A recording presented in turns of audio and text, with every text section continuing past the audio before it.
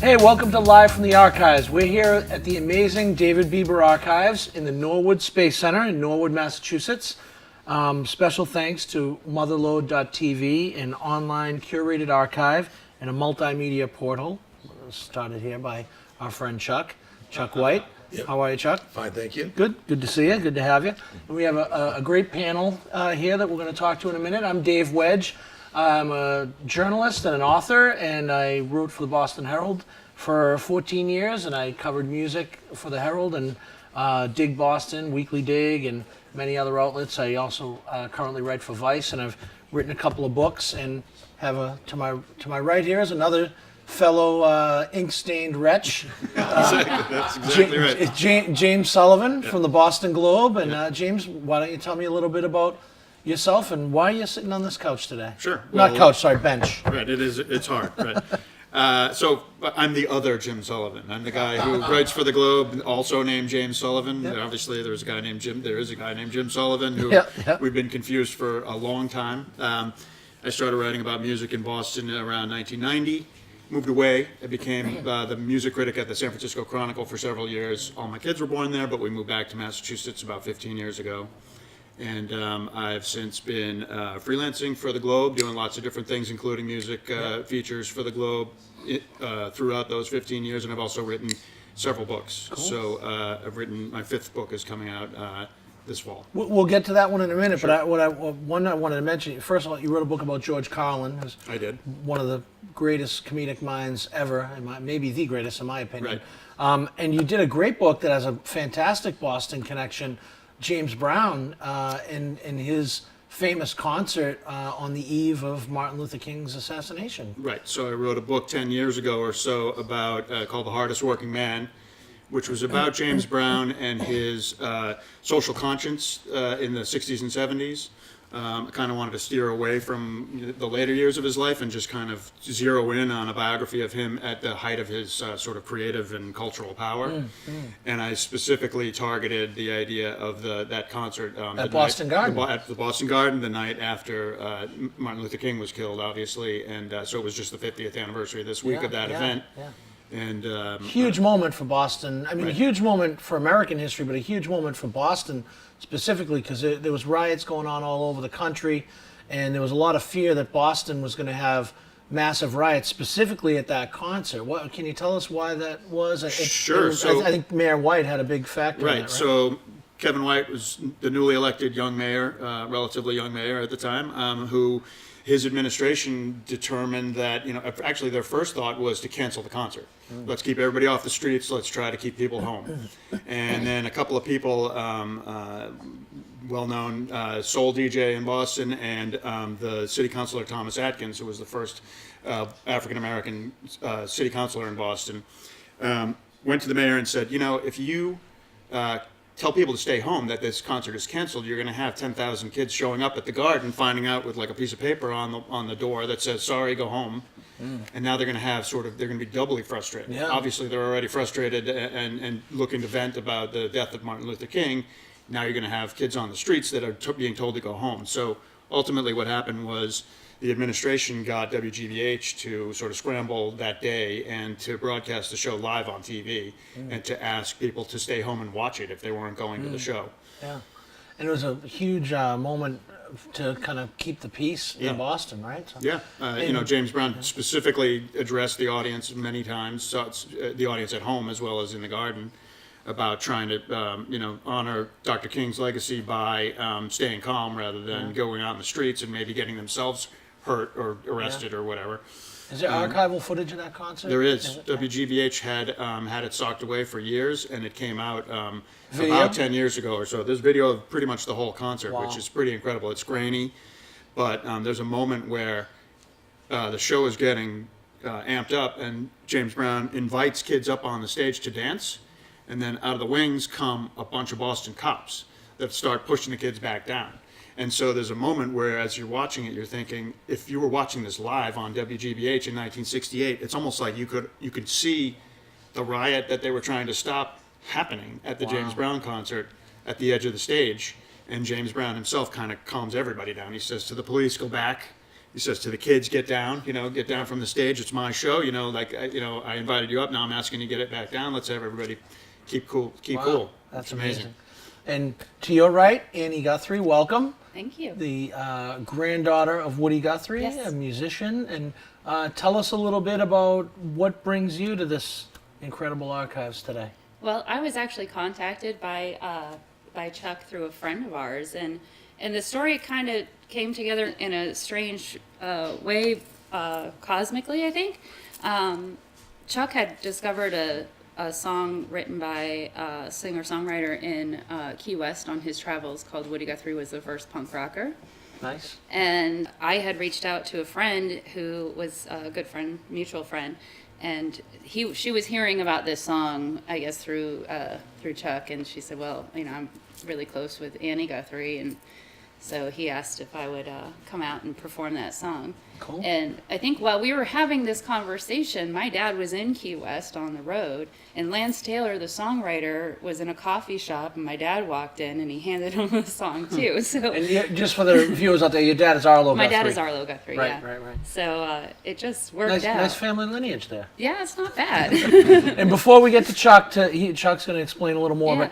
but there is a tie-in here with James. James has a new book coming out about protest music, Right. and I guess that would kind of fit in with your family a bit. A little bit, yeah. Well, and he was talking when he was talking about WGBH. It was Bring Back. I've worked for my dad, and I've for the last 20 years, and I have just started his archives actually, and so they have a lot of footage of him. But really? it's really so. You guys should trade business cards. We after. should. And but no, we were talking a little bit about Pete Seeger and my grandfather, and I didn't know Woody. I never met him. I knew him through people like Pete Seeger and Ramblin' Jack, and so Pete Seeger had a song called "Take It from Dr. King" that he wrote more recently, and I was living in Florida at the time, and he had just written the song, and I was working with some kids down there, and so Pete called me, and I'm on the phone with Pete Seeger, and he's singing me this song, and I'm thinking to myself, oh my God, I have to remember everything that he's telling me right now, because he marched with Dr. King, and he's telling me, and I'm looking for a pen, and I'm like, no, you have to hear him. And it was like this whole fight with myself, but it was such a great story, to hear him, and he was so soft-spoken, and talking about his, marching, and We Shall Overcome really came out of that era, and, so definitely have a tie-in, because Pete we called him Grandpa. He was our grandfather by default, because we didn't have He was Woody. like America's grandpa. Yeah, but people assume I didn't take lessons like piano lessons or anything like that, or banjo lessons from Pete. I showed him that I could do cartwheels, because he was grandpa. It wasn't like we didn't sit down and have discussions about politics or anything. He would sit by the pool with my dad and watch us swim. That's awesome. So that was it was family connection. Yeah. I mean, of course, I went to all of his concerts when my dad was playing. Yeah. I would run around with his other real grandkids, and we were very close in that way. But I thought it was great when Pete showed up at Obama's inauguration and basically not dressed any better than I am right now, like a knit hat on. It's like, who let Grandpa in? Right, exactly. He wasn't really much for fashion, but he was an amazing man, and I did learn a lot from him. About my grandfather just through listening to him talk to other people, or it's not like we sat down with Woody Guthrie hour ever. We learned from all of these other people who Woody was, to them, and then kind of who he would become to us, as his grandchildren, as his legacy. And you're going to play us that song in a I am, minute, but yes. First Chuck is going to tell us the story here. That's for your version. What are you doing? Are you giving out T-shirts, Chuck? Well, I'm going to tell the whole story. Chuck's just trying to stay warm. Well, the problem is that when I tell a story, I go on. So I figured if I had visual cues, I could get through the whole story quick. We got it. All right, so that's what I'm going to go for. But at the very beginning, just so you know, the basic concept behind Motherlode.tv was to try to figure out a way to make, even though David's still collecting, and it's an archive, I had the dream of if we could take the archive and say, wow, if you like this, you're going to love this, and say, this is the future of the archive. This is what's going to take up the space of the archive in the future. So I went on a quest to go from Key West mile marker 0 to Fort Kent, Maine on Route 1. And I got a sponsorship from Subaru New England and the music Drives Us. And Hurricane, and how do I tie into David and everything? So there's a search for new music. That was what my quest was. Gotcha. All right, so here we go. Ready? It's going to be interesting. Let's see how it goes. So I met David when he worked at WBCN. Him and my ex-wife owned a house together in West Roxbury. Then we moved to, David had his stuff in Avon for 30 years. They sold the building. We had to move all the stuff, 12.5 tractor trailers. We moved to the Norwood Space Center. While we were here, I met Ernie Bach. He gave me a bunch of money, gave me a van, sent me on the road. The Route 1 project went to Key West, and from Key West to Maine. But we just started working with Ani DeFranco, so we just started working with Ani DeFranco. So she was going on tour, so I had to drive all her stuff out to Buffalo before I went to Key West. On the way to Buffalo, I stopped in the Berkshires. There we go. There we go. Sit in the Berkshires at the truck stop, West Stockbridge truck stop. Then after the hurricane hit, I got there first. I used to live in Key West. Used to do full moon parties in Key West. Used to work at Krabby Dick's in Key West. And when I got there, they lifted the curfew, and that's where I started my adventure. If you go on to and listen to the podcast, it's the beginning of the history of Key West. When I was there, my friend Lance introduced the new song. Woody Guthrie was the first punk rocker. I took off from Key West because I had to make it all the way back to Maine. So I stopped at Max Deuce's in Miami. This is where you get $3 beers, none of that hoity-toity South Beach stuff. I found Bernice Abbott's. She took photographs. This is Man Ray's. She ran the darkroom for Man Ray. Main Ray in Boston? No, in Paris. Oh, in Paris. But she did a photography of Route 1 from 1954, from Route 1, mile marker 0 in Key West, to Maine. And I made it all the way up to the Okefenokee Swamp after I went through the Swanee River. I drank a bunch of Jack Daniels. I saw for 3 days the Grant Parsons guitar pull, amazing. Saw new artists like Abby Owens. I love you, Abby. Then I went to Raleigh, North Carolina, and I interviewed Caitlin Carey from Whiskeytown, from Ryan Adams fame. Then I went through the Gospel Belt, and I got really cool gospel records, like Somebody Touched Me. From there, I went to Richmond, Virginia, to the Gwar Bar. Nice. Gwar. Big Gwar fan over Yeah, there. love Gwar. And I went to Washington, D.C. Oh, I left out. No, I think I'm doing good. I went to Washington, D.C. Got that. Picked up a sweatshirt. Then I'll go there. Made it to New York, to the Bronx on Route 1. Went over the bridge where Bernice Abbott was. This is all stuff from the archives, by the way, and all stuff going in the archives. I made it to New York. Then I went to Hoboken. I missed one pile of stuff. It's okay. You get the gist. I was going towards Boston, thinking I was like Andy Warhol. I used to run the Boston Rock and Roll Museum, so I got all my crazy friends together in Boston, and we did a show, including Dave Tree.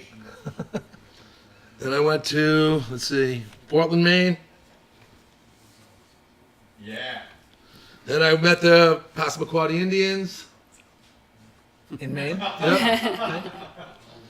I made it up to mile marker 0 in Maine. I said, I just came from mile marker 0 in Key West. And they said, that's really funny because we're mile marker 0. There's a fight. Who's really mile marker 0? That's the t-shirt. On the tour. So this whole time I was collecting music from all new bands. And when I'm done with that, I'm going to go across the country, start in Provincetown. This is season 2. Go to California someday.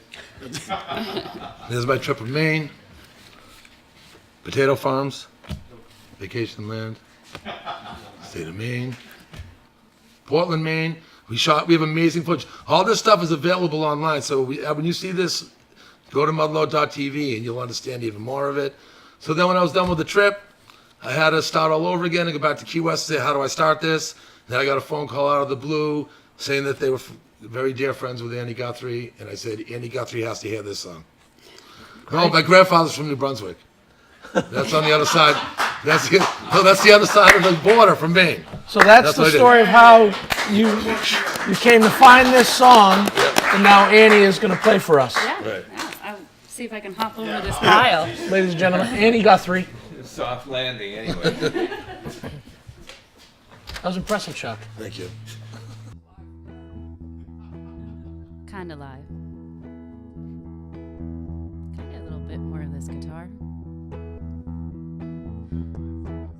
I'm just gonna do the whole thing then. This machine kills fascists, that's what he said. I'll stand on your grave till I'm sure that you're dead. In the squares, in the shadows of the steeple, Woody Guthrie saw his people, telling it straight to old Mr. Knickerbocker. Woody Guthrie was the first punk rocker, born in Okemah, Oklahoma. Woody Guthrie was consumed by fire. His mama took ill and it fanned the flame. The man set out to do his own thing. The ornery full-frame, straight talker.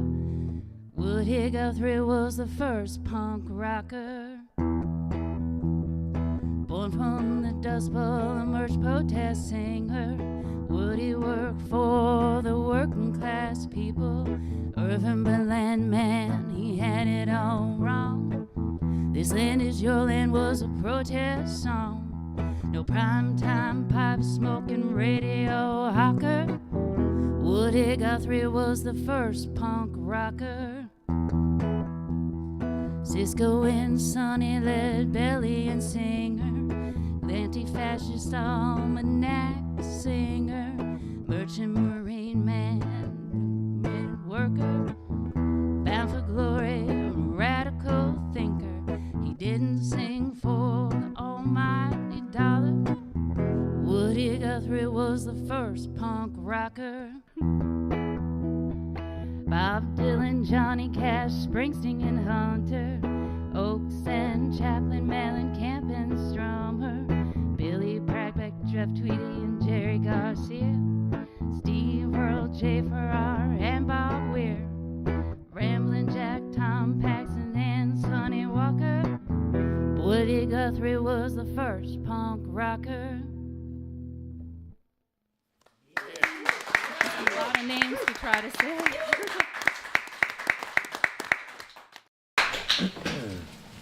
Thank you, Annie. That was fantastic. What's it like?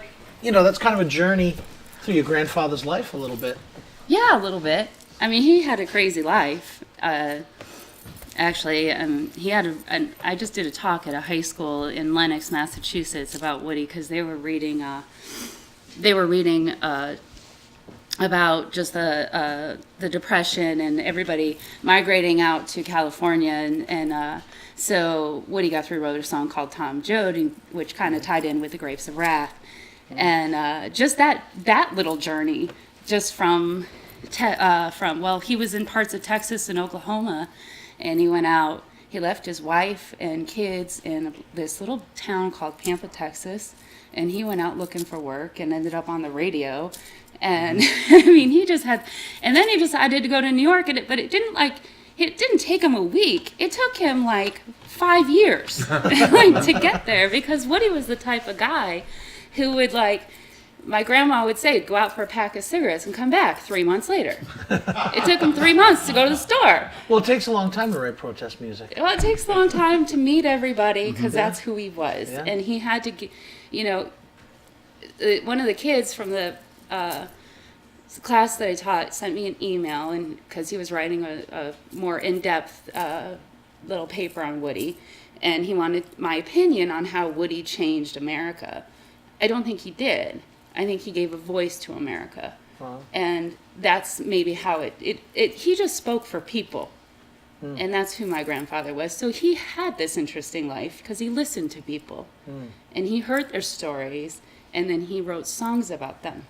And then other people heard their stories and they went, oh, like me. Yeah. That's my story too. Yeah. This Land Is Your Land wasn't played on a radio. It wasn't a radio hit. It wasn't top 40. People just sang it to each other. And that's how we learned it. You know, Yeah. that's how it became what it is. And it also wasn't meant to be a national anthem. It was meant as a protest song. Oh, it really was meant as a originally, yeah. protest song, yes. Co-opted by the government. Well, the government also hired him. I mean, he was kind of mad when he didn't get blacklisted. All his friends got blacklisted, you know, and he's like, why not me?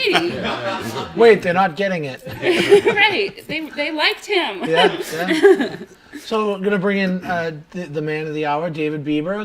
These Half are your, hour. Half hour. Sorry. Actually, I have a question for you. Am I right that a lot of Woody's papers and archives are at the University of Tulsa? They're in Tulsa at the Woody Guthrie Center. Yeah, Okay. they were started. It's amazing to be here and to see how much you have, because you would be surprised at how the Woody Guthrie archives are really quite small. Oh, okay. In that, well, Woody being the scattered man that he was very scattered. His wife well, he was married a few times, but the one in the middle was my grandmother Marjorie, was very organized. She was probably the most organized person ever. Right. She planned everything. She planned her pregnancy so that her children would be born during the vacation, so she wouldn't have to stop teaching classes. So she was like, everything she did was super. So everything we have is because of Marjorie. When she was with him, she would go around and collect all the napkins and pieces of paper, gum wrap, or whatever he wrote his songs on. Yeah. You know, because he would just write us on anything. Oh, can I tell an amazing story? I'll make it very quick. When I went to the Library of Congress, when I came up Route 1, I stopped in Washington. When I got in there, they were like, they started talking to me. I said, well, I was just in Balootahatchee, and so when I spoke with the gentleman that was the archivist for the Alan Lomax archives, he finally he brought me in downstairs. But he said that I said, what's the coolest thing you have in the Alan Lomax archives? He said when Woody was living with Stetson Kennedy in Florida, he ran out of paper, so he started writing letters on the dust covers of books. So he actually wrote, and he said, I read this letter from Woody Guthrie to Alan Lomax, and I flipped it over, and it was on John Dos Passos' USA trilogy. And I actually had a Camp Provincetown t-shirt on, and Dos Passos lived in Wellfleet and Truro.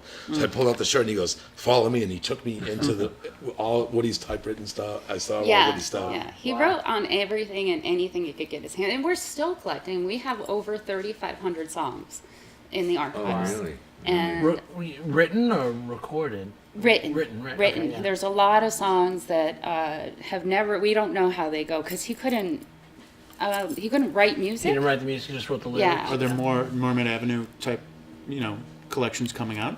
Well, I know my Aunt Nora's been working with a lot of different people, and she's been kind of handing them out maybe one at a time here and there. I love that project was fantastic. It was the first. Right. There was a Native American punk band called Blackfire who did a couple of Woody Guthrie songs where they wrote the music to his lyrics, and so they are in the center in Tulsa, great. and it's beautiful and it's great because the museum is interactive. Everything in there is like at 3 feet off the ground, so kids can go in and touch and play with everything. That's great. Yeah. And yeah. they have, so that's, I'll be out there in July. And there's going to be commingling of Bob Dylan's material out there as well? Is Yeah, that- the same organization has also acquired Bob Dylan's archives, and Right. but in the center itself, the Woody Guthrie Center, I know that they have a room where they do display other archives in there. Right. And they have the only Dust Bowl archive in or museum part in the world. And so, but that's where it was. It was there. So they have this room where you can go in and actually feel what a dust storm was like. Really? Yeah. Wow, that's fantastic. So it's really interactive in that way.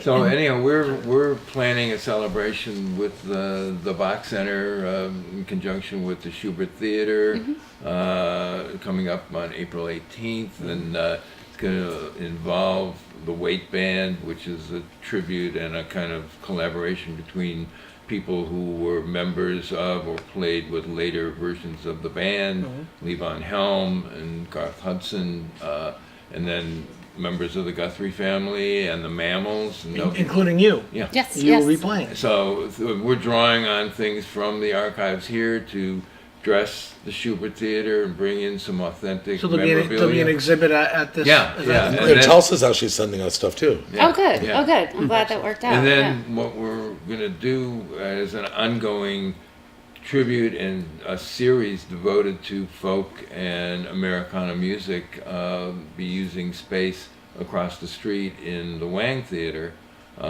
downstairs in that big lobby area. And that will be kind of an ongoing permanent tribute to folk and Americana music. So, we great. kind of have to remember that a lot of things, Boston was a very primary city when it came to the folk music, and James has written about that with the Queskin Band and the Fort Hill and Mel Lyman and everything. So then we have, of course, Club 47 and Passim and the rich legacy from the 50s to the present. We're trying to kind of perpetuate that information and share the memorabilia with the public. That's And amazing. James, as David talks about this, can you talk a little bit about the Boston connection to the whole folk music. and Well, so American? David just mentioned a bunch of the places, but I mean, so in the early '60s, essentially the folk revival movement was basically based in New York and Boston. And there was sort of a shuttle, back and forth. I mean, Dylan spent a lot of time up here playing because when he was young, when he was just coming out, because there were places to play. Yeah. There was, Club 47 and other places that he could play. And there, so many of the well-known folk musicians of the '60s. David mentioned the Jim Queskin Jug Band, which was essentially the first of its kind, which sort of inspired, among others, the band that became the Grateful Dead. So, there's some amazing history with folk music in Boston. Well, James, we look forward to reading your next book, and Annie, we look forward to seeing you April 18th at the Schubert. Chuck, thank you for taking that journey and making, really, thank you for taking that journey, because it's a big part of this whole thing. And David, of course, thank you for housing all this stuff in Avon for so long and moving it somewhere where it's now being organized, and it'll be, shown around the world, hopefully, as time goes on. Unfortunately, that's all the time we have right now.